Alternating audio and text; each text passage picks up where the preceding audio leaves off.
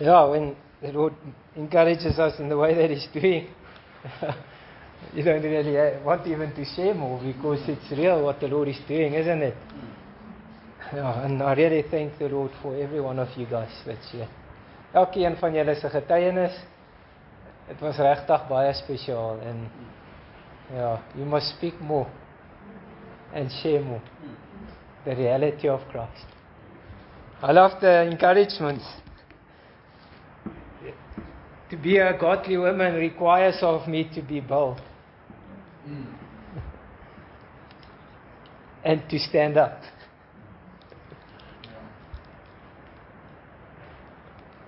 Amen. Let's leave it there. Let's turn to the book of John in chapter 1.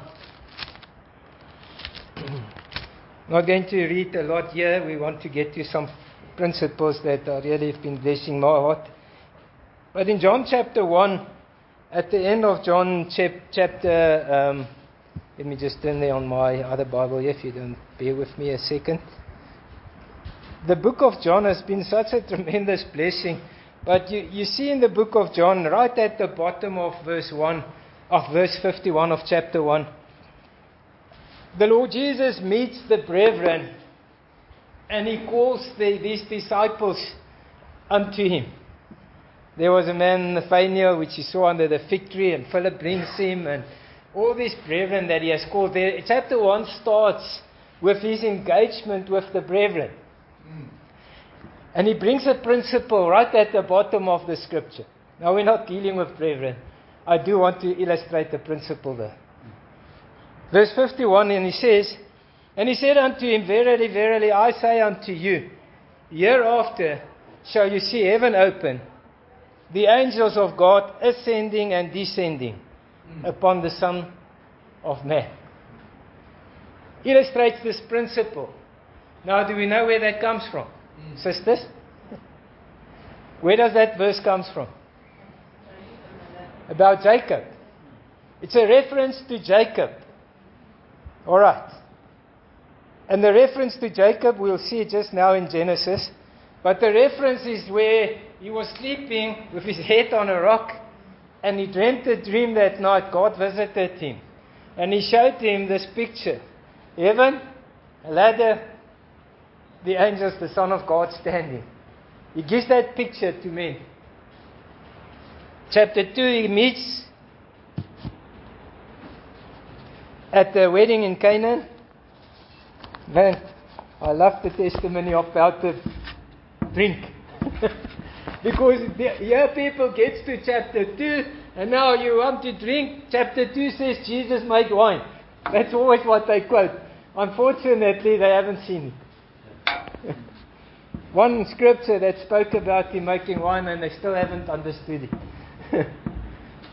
Because as he goes into chapter 2, he speaks of the natural and he speaks of the spiritual.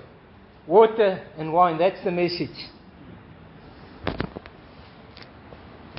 And when Jesus enters into my heart and into my life, He changes the natural, He changes the water, and He makes it spiritual, He makes it the new wine. And that's what He will do for every one of us. He will take the old stale water, the 6 pots has meaning to it. 6 pots. They used to wash their hands in that pot, just by the way. Think about it. It was veel water. It was rooibos tea. And then but you know what? It doesn't matter how dirty the water was. Jesus can make it the best wine. That's the God we serve. It doesn't matter how bad the water has been in your life. It's not just water, it's bad water. It's that somebody washed their hands in it. And then you bring it and say, have a sip. Would you drink from that? But that's what we often offer, isn't it? We're going to get to that part. I want to run ahead again. But chapter 3 speaks about unless a man is born again, he will not see the kingdom of heaven. And then the beautiful scripture in chapter 4 we know so well. I'm not going to read everything. But there's a well. The Lord Jesus goes to the well. Whose well was it? Jacob's well. Who were the brethren he met at Jacob's well?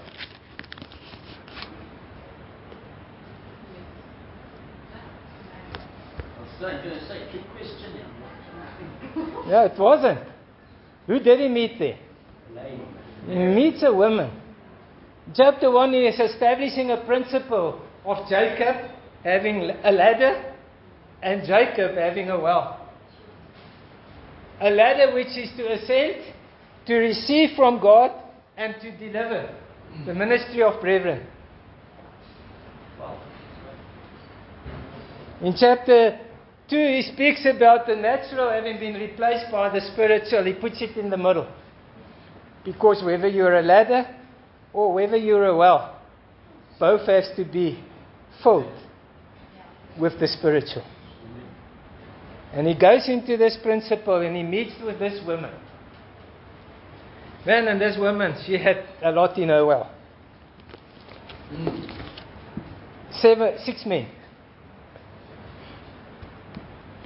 Perhaps she was thinking that the man was going to give the fulfillment she wanted. And ran dry every time. Verse 5 says, and this woman came and from the city of Samaria, and they called it Sychar, near to the parcel of ground that Jacob gave to his son Joseph. Now we had the background of Joseph. This was Rachel's own son, the son of promise, if I can put it like that. And Jacob dug the well there. This woman knew about this well. In fact, it was handed over through traditions. They always came to the well. And Jacob's well was there. And Jesus, therefore, being wearied from his journey, a beautiful statement, sat at the well. It was about the 6th hour. I have to illustrate this. I don't want to sit next to you. So he takes his chair and he comes and sits next to the well. Because he was thirsty. He was weary. He was thirsty, but it meant daar was baie werk gedoen. And being weary, you need a bit of comfort. Isn't that what mothers are for? Who does the boys or the girls run to? They want to be comforted. Now you can give them water from the hand pot. Go and put a cartoon on.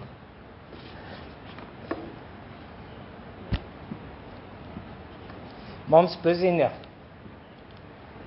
Yeah, the Savior comes, and he comes in the form of a person. Sisters, sometimes people come and sit at the well, being weary and thirsty.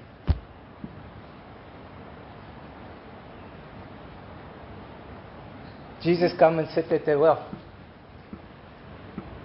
This woman arrives, and he says, Hannah, not Hannah here, Hannah in the Bible. I'm weary, please give me something to drink. You know what her response was? This well is deep. You don't have anything. Why was he diverting the question? Because she didn't have what she needed to give. The well was there. And from that well there was always something. But somehow whatever was in that well was not what he was looking for. You don't see her actually drawing water ever in the scripture and giving it to him. Because what he was longing for was not water from Jacob's well. He was longing for water that is alive. For spiritual life. That would satisfy somehow. Being filled with the Spirit of the Lord Jesus brings a unity between a person and God. that brings life and is water to his thirst, without which he will ask, give me, give me, give me, but I have none. You see, sisters, men are ladders, sisters are wells.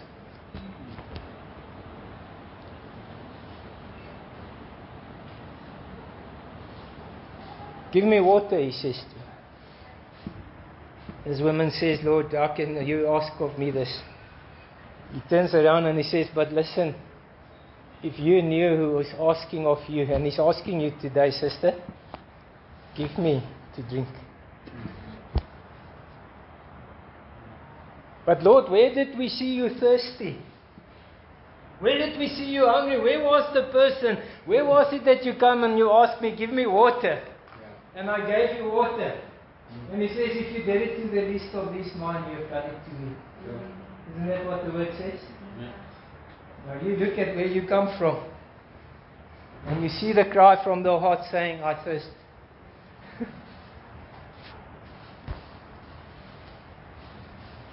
The thing is with this woman's love, this well was deep. It speaks about her love. It was deep and it was full of dirty water. Men couldn't solve it for her. And then eventually she gave up on it, so she just lived with the sixth one.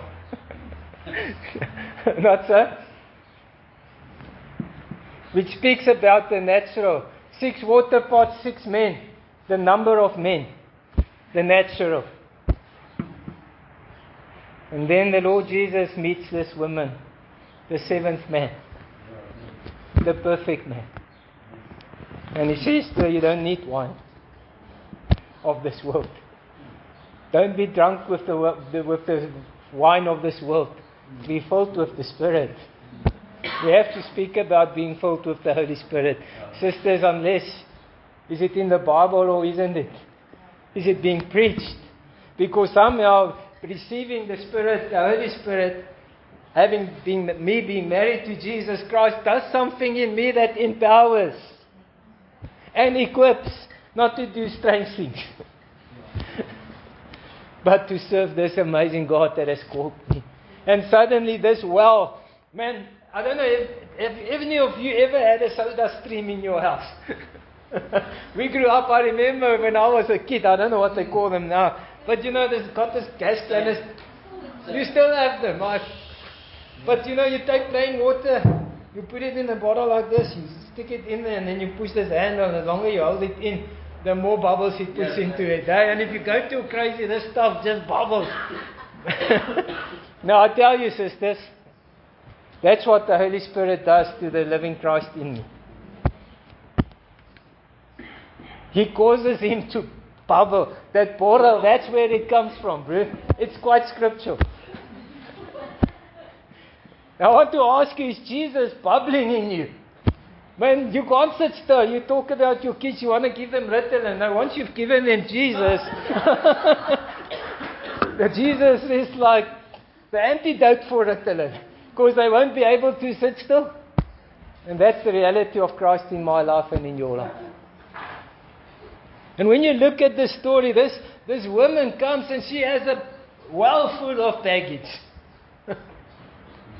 And sometime and somewhere in my life and some moment, whatever the well or bag full of baggage is that I've been carrying has to be put down.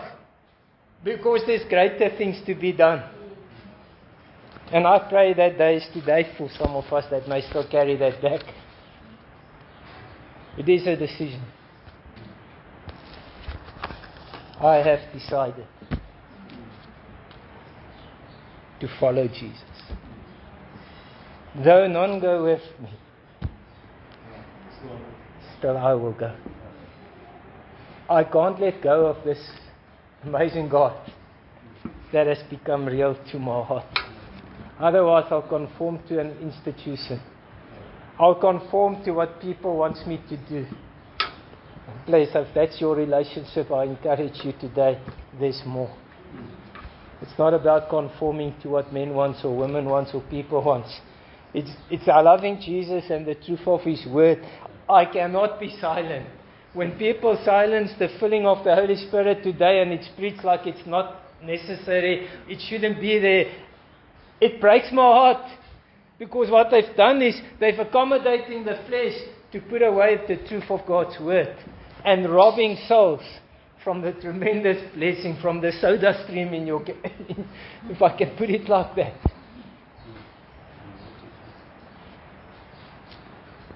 So Jacob has a well.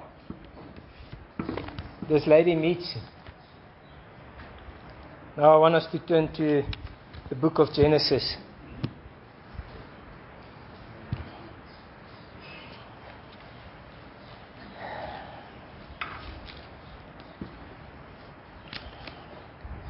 I think it's chapter 28 or 26. I just want to quickly check.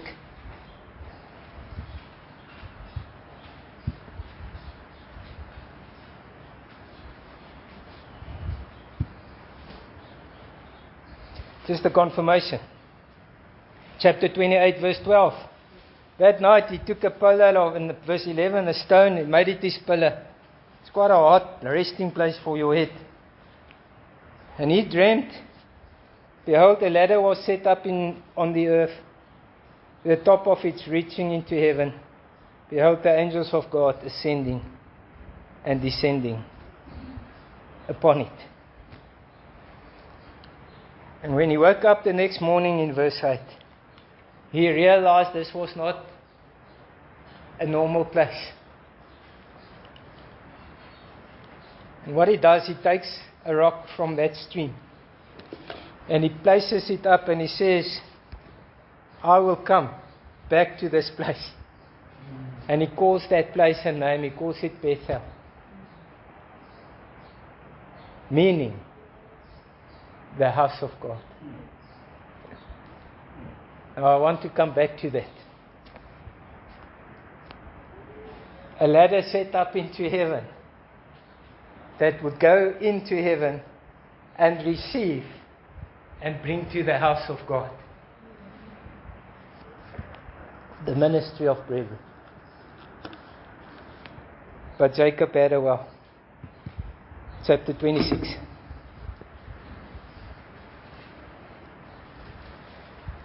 Abraham had constructed many wells. That's the right word. Beersheba speaks about, it has actually two meanings. Just want to see where that is quickly. Yeah. Beersheba, the one meaning that they reckon, it means the well of seven or seven wells. In this chapter we see here that there was this woman in chapter of John meeting with the Lord Jesus at this well, and somehow Isaac and Abraham had dug many wells. It says here in verse 15, the previous verses speak about how Isaac had grown up and the Lord had blessed him. Water became an issue. And so naturally what he would do is he would go to these wells that his father had dug. Verse 15 says, for all the wells which his father's servants had digged in the days of Abraham, his father, the Philistines had stopped them and filled them with earth. What is a well? Worth. When it has water, but you can't reach it.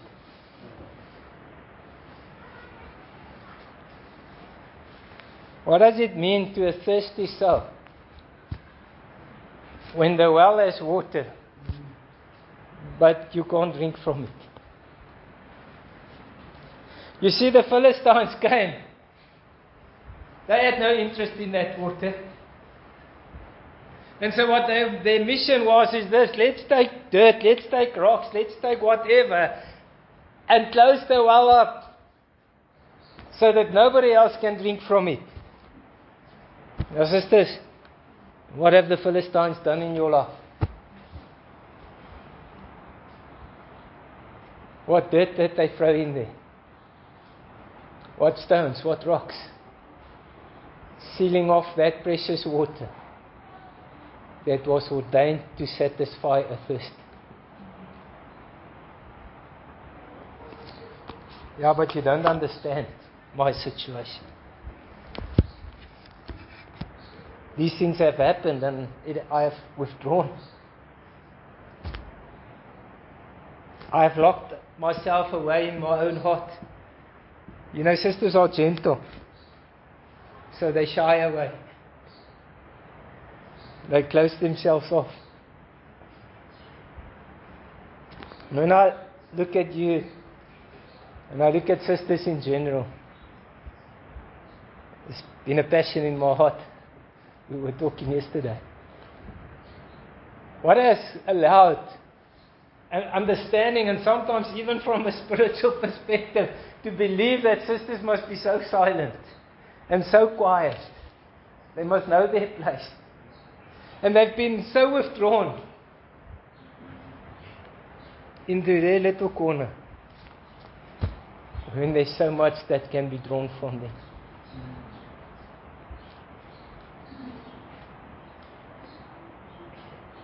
I don't care what the Philistine's name is in your life, but don't let him silence the living water in you.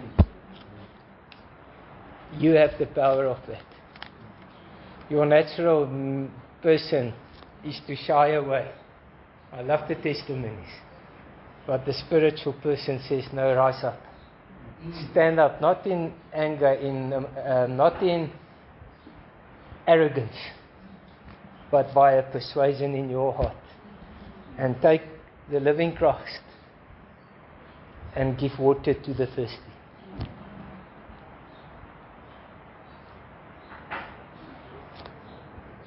Verse 18 says, and Isaac digged again. Let's read 16. And Abimelech said unto Isaac, go from us, for thou art much mightier than we. Isaac departed thence, and he pitched his tent in the valley of Gerar and dwelt there. And Isaac digged again the wells of water which they had digged in the days of Abraham. Isaac came and he opened the wells. Isaac, an example and picture of the Lord Jesus, coming to your life and saying, I've got some cleaning work to do, some rocks to move, some dirt to get out. And he opened it up.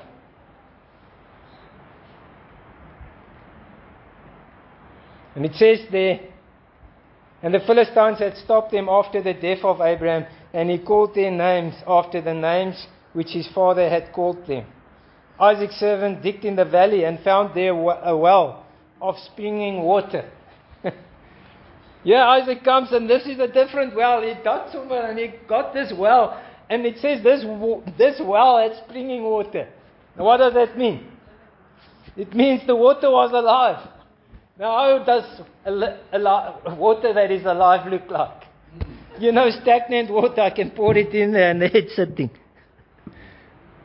It speaks of a spring. The farmers will know, many farmers, yeah. But that water is pushed up from underneath and it bubbles through the soil and through everything and it's not restrained. That's living waters. That's waters you can't cap because it is coming from deep within. And that water has a name. It's called Jesus.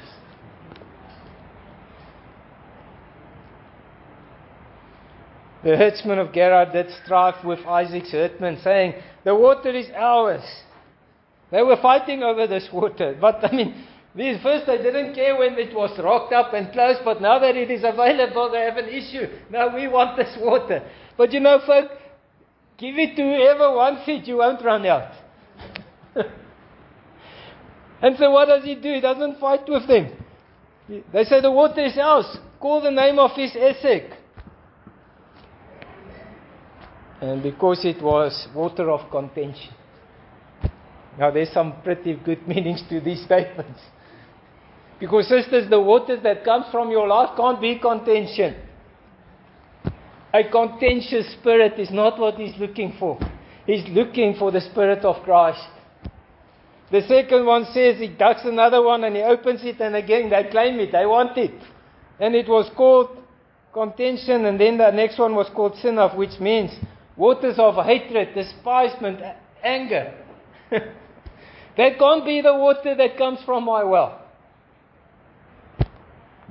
Because all those things are bitter water. And then he removed himself from thence, and he digged another well. For that one they strove not. And he called the name of it Rehoboth. And he said, for now the Lord hath made room for us, and we shall be fruitful in the land. Man, that well's name was room. The Lord Jesus had made room. And he made room in my heart. And because he has made room in my heart, there shall no more be fruitlessness. There will be fruit born from it. And because there's fruit in the land will prosper. Because they will eat of this fruit. You can moan about the government. You can moan about the things that's not right. But folk preach Jesus. Give living water. Because all those things speak about bitter water. It's all they speak of. And he went up from thence to Beersheba. Because God had given room. When we look at this well, I want us to turn to the book of Isaiah in chapter 12.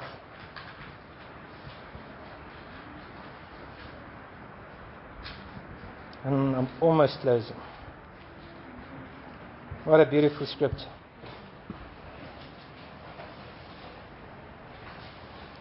You know, when the Lord Jesus takes the stones and the dirt out of the well, it is free and open for the living water to bubble up. It brings fruit where there was no fruit, where there was barrenness. That's the principle. And then he says this, in that day shall you say, O Lord, I will praise thee. Thou wast angry with me, thine anger is turned away. Thou hast comforted me. God is not angry for it. Because his anger was turned away at the cross. This world is an angry world. Behold, God is my salvation. I will trust and not be afraid. For the Lord Jehovah is my strength and my song. He also has become my salvation. Therefore with joy shall you draw waters out of the wells of salvation. And in that day shall you say, praise the Lord. Call upon his name. Declare the doings amongst the people. Make mention that his name is exalted. And I have to make this personal because the Lord just ministered this so much into my heart. As brethren, I must take this thing with, otherwise they won't hear us. As brethren, you come into the fellowship. You come to a well, I won't speak on the water. And you draw water from a well of salvation. And you do it with joy. Because there's a joy when the wells of sisters brings forth waters of love. That's the picture that was brought to my heart. We can come and just the experience. I'm not saying sisters must rise up now and be the main teacher or the main pastor or whatever. But you know, you can come and you can draw from a sister the Spirit of Christ, the presence of the Lord, the love of Christ, and just the sweetness of Jesus Christ. And it is pleasing to your heart.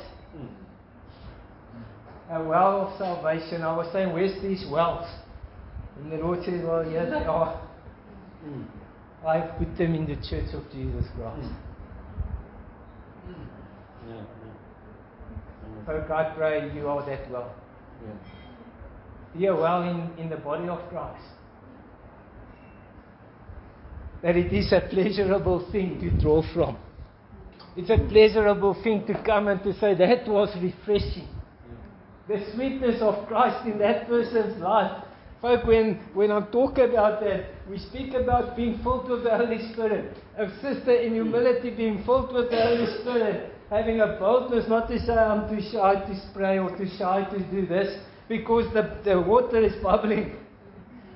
And she's used in the spiritual gift. And it is like a freshness in the body of Christ. She's used of the Lord. Because she is so well. And you can come and you can put in, there's a lot in there. And you can draw from it. And the world will come and draw and say, sure, I'm thirsty for more. And she will say, well, I've got a ladder if you want to climb. And she brings in the ministry brethren. You see how they work together? Jacob had both. He didn't just have ladders. He had wells too.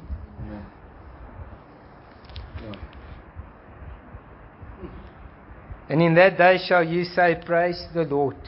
Brethren and sisters, when we come together in the body of Christ and each one of us fulfill the calling and the measure of Christ upon our lives, we will say, praise the Lord, because this is something God has done.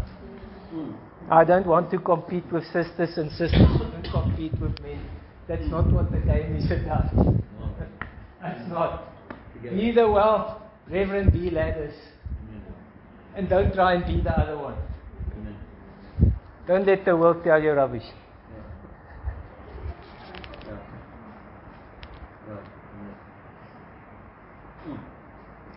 And he says, in that day you shall say, praise the Lord. Call upon His name, declare His doing amongst the people. Now this is giving testimony. This is not being silent. This means things are happening. I've got something to say because the waters is bubbling. Jesus is alive. And others will say, man, what love is here? And they will come. Because they also thirst. Sing unto the Lord, for He hath done excellent things. This is known in all the earth. Cry out and shout, inhabitants of Zion, for great is the Holy One of Israel in the midst of thee. And since the Lord dropped this in my heart, I couldn't get that song out of my heart. You know that song? Yeah. Therefore with joy shall you come and draw waters out of the wells of salvation. And in that day you shall say, praise the Lord. Because this well is no more clouded up. It doesn't have rocks and dirt and things blocking it off anymore. Because my heart has been made free. And sisters, if anything, if you go away from this day, go away with a heart that has been made free to serve Jesus.